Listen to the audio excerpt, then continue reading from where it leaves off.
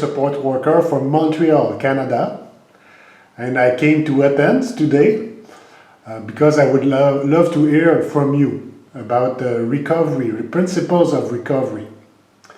And today we would like to discuss two dimensions. We start with hope. I think you're a person in recovery. Am I right? Yes, I'm in recovery, in the process of recovery from a mental illness. I have bipolar disorder. Okay. And what would you say about hope in relation to your own recovery process?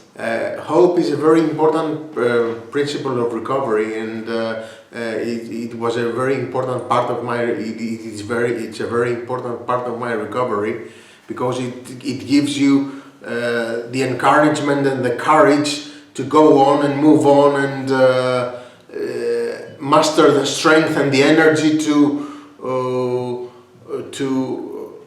move on and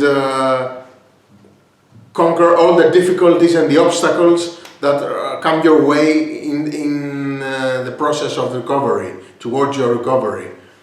So it's very important to have hope. It's a fundamental principle of recovery. For me, it's very fundamental and it's very basic. And without hope, I wouldn't be here. Without hope, I would be in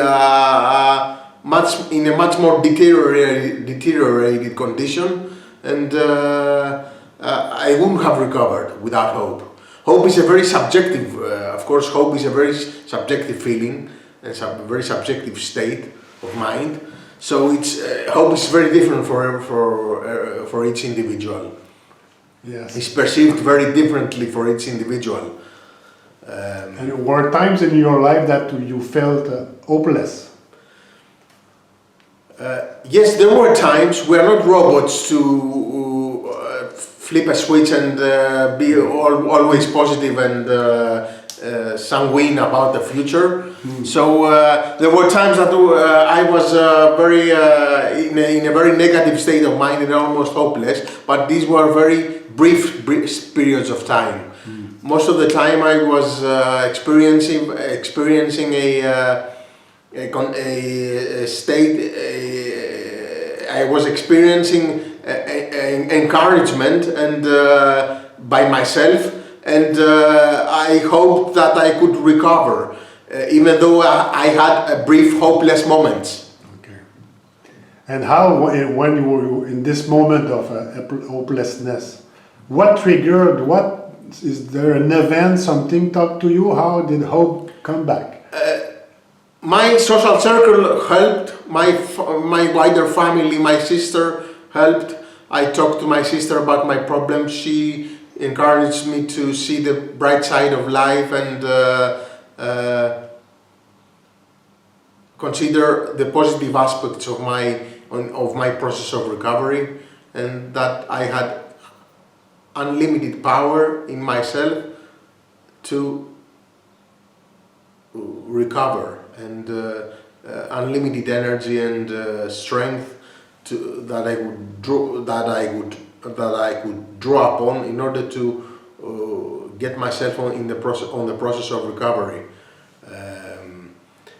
My friends and family helped me a lot during that process, during that period, and I am grateful to them for being my friends and being my family, especially my sister. Okay, so your sister really supported you, and you think that it was a key for you to find hope because you were surrounded by people who cared for you. Yes, definitely. My sister was key in my recovery because she's a very close relative, and without her I would be much more lonelier and much more isolated.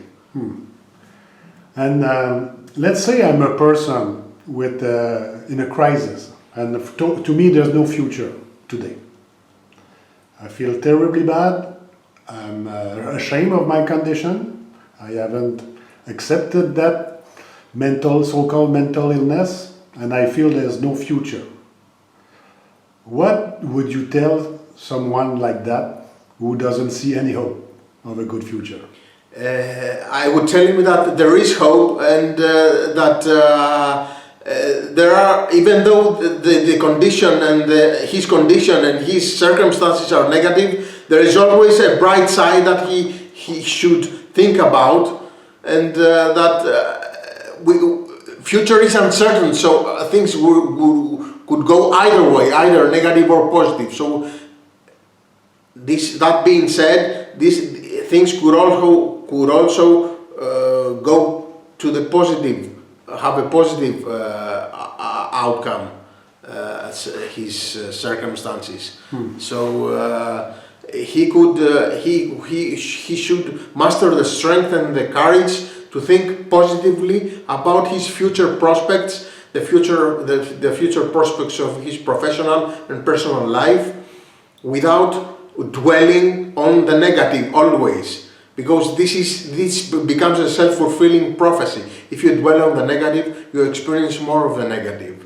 If you dwell on the positive, not always, or not all the time, but most of the time, because we are humans, we also experience the negative feelings. But if you dwell on, intentionally on the positive side of things, you experience most of the positive side of things, and you get into an emotional state that is positive and constructive, and gives you the resources to go on and find ways to improve your condition and your circumstances.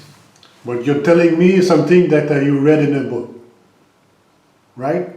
But what you're saying to me is you read that somewhere, and you're just telling me that. It's my experience, not only my readings, also my personal experience. Oh, it happened to you.